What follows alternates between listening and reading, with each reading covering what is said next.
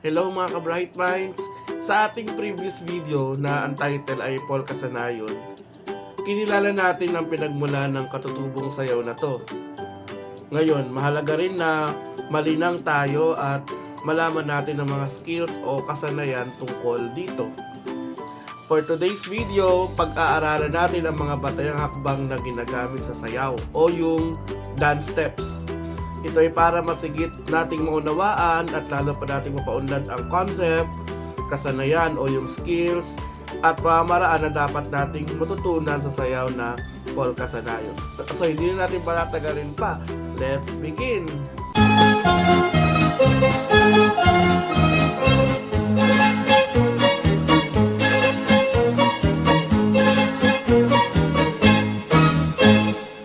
Mag-thumbs up kung ang pahayag ay tama at thumbs down naman kung mali. Number one. Sinasayaw ang polka sa nayon sa mga malalaking pagdiriwang tulad ng piyesta at malaking pagtitipong sosyal. Thumbs up or thumbs down?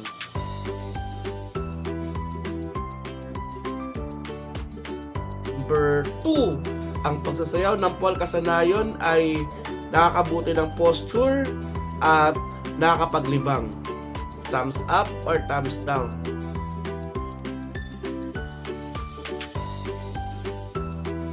Number 3. Ang polka sa nayon ay sinasayaw ng mga kababaihan lamang. Thumbs up or thumbs down?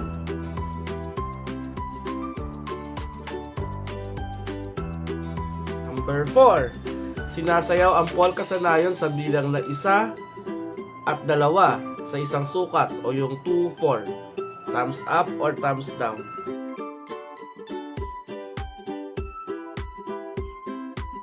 At number 5, ang mga Amerikano ang nagpakilala ng sayaw na polka sa nayon sa mga Pilipino. Thumbs up or thumbs down?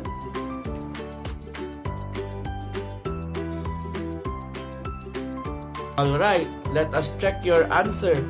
Sabi sa number 1, sinasayaw ang polka sa nayon sa mga malaking pagdiriwang tulad ng piyesta at malaking pagtitipong sosyal. Ang sagot mo, thumbs up or thumbs down? Ang tamang sagot ay thumbs up. Number 2, thumbs up pa rin. Number 3, thumbs down. Ang polka sa nayon ay sinasayaw ng 4 na magkapares na babae at lalaki. Number 4, thumbs up. Number 5, thumbs down. Ang mga Kastila ang nagpakilala ng sayaw na polka sa nayon sa mga Pilipino, hindi ang mga Amerikano. Anong score mo? Comment mo naman dyan.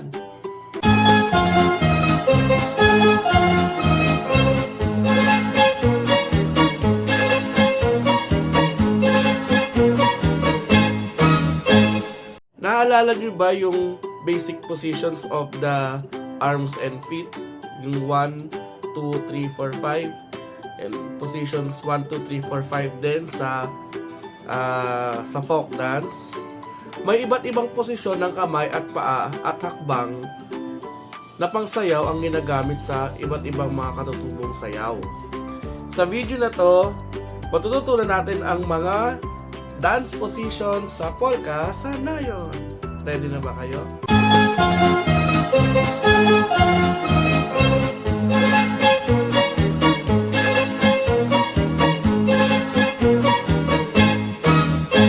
Alamin ang mga dance steps o hakbang sayaw at posisyon ng kamay at paa na ginagamit sa sayaw na polka sa nayon. So, tingnan nyo itong table natin. First column, dance steps. Sa 2-4. Siyempre, 2-4 ang polka sa nayon. At yung second column ay step pattern and counting. First step is plain polka. Step left foot forward. That is count 1. 2. Close right foot in step to heel of left foot. Count and step forward left. That is count 2. Hold, count and bend body slightly toward side of leading foot. This step may also begin with right foot and may be executed in any direction. 1 and 2. So, step, close, step, pause. That is 1 minute.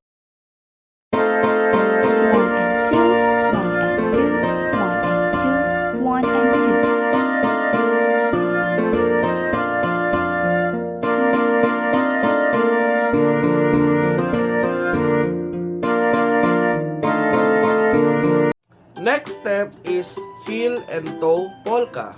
2 measures yon. Ibig sabihin 1, 2, 1, 2. 2 minutes.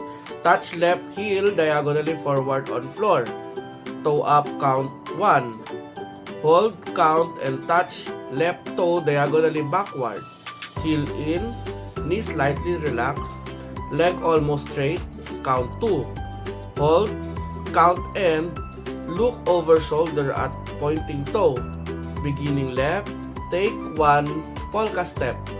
Counts 1 and 2 and the heel toe polka may begin with either foot and maybe dance forward or backward. So paano yun? Heel, place, toe, point. 1, 2.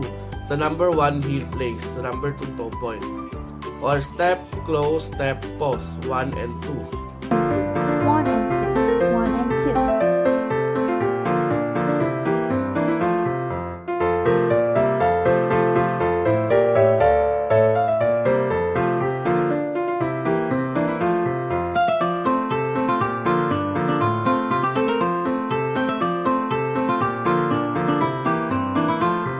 The next dance step is gallop. Step right foot or left foot in foot in front. Count 1 and cut the right foot or left foot with left or right, thus displacing it and at the same time taking the weight of the body with the left or right foot. Count N. There are 2 gallops to 1 measure. This is executed when one leading and may be done in any direction. So, paano yun? Step, cut, or 1 and 2 and.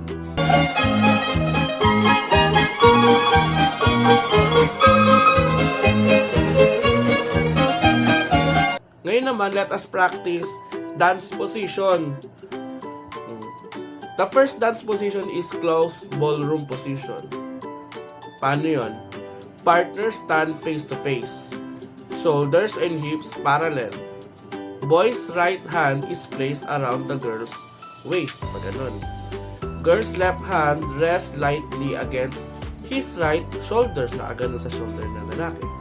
Boy's left hand is raised to the side holding the girl's right hand. The fingers of her right hand rest lightly in the palm of the boy's left hand. Pagganon. Pagganon. And the next position is the haleo position. Partners turn around clockwise with right elbows almost touching. Magkaganon sila, magkaganon. Pero hindi magkadikit, hindi magkakapit. Baka almost magkadikit lang. Or counterclockwise with left elbows almost touching. Using walking or any kind of dance step. At yan ang dance steps ng polka sanayon.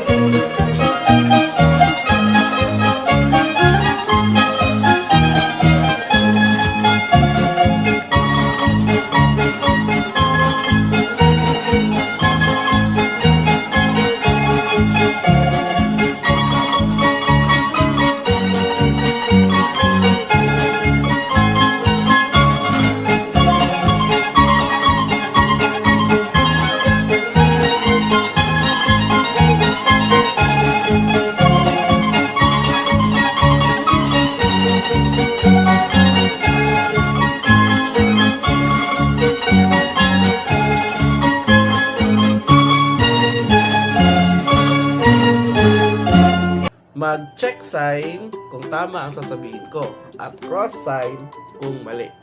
Number 1. Sinasayaw ang polka sa nayon ng may tamang koordinasyon ng kamay at paa. Ang tamang sagot, check. Number 2, batay sa Philippine Physical Activity Pyramid o yung lagi naaral natin yung PPAP. Ang pagsasayaw ay isa sa mga gawain na hinihimok at inirerekomenda para sa lahat ng gawain upang manatiling malusog ang pangangatawan. Check is the correct answer. 3. Hindi na kailangang sanayin ang mga hakbang ng sayaw sa polka sa nayon kung magtatanghal. 3. Hindi na kailangang sanayin ang mga hakbang ng sayaw sa polka sa nayon kung magtatanghal.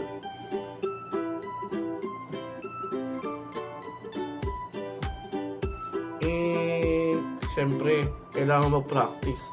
Ang tagal kaya mag-practice niyan. Number 4.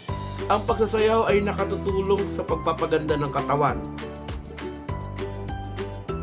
Yes, the correct answer is check. And number 5, kailangan mag-warm up at mag-cool down bago at pagkatapos ng sayaw. Check, syempre. Diba nga sa PE, bago tayo magsayaw, nag-warm up exercise muna. And then bago umakyat, cooling down exercise. Thank you for watching. See you again for the next episode of Aralil Express. Ako po ulit si Sir Julian, Star Teacher. Thank you mga ka-Bright Minds. God bless you mga ka-Bright Minds. Bye!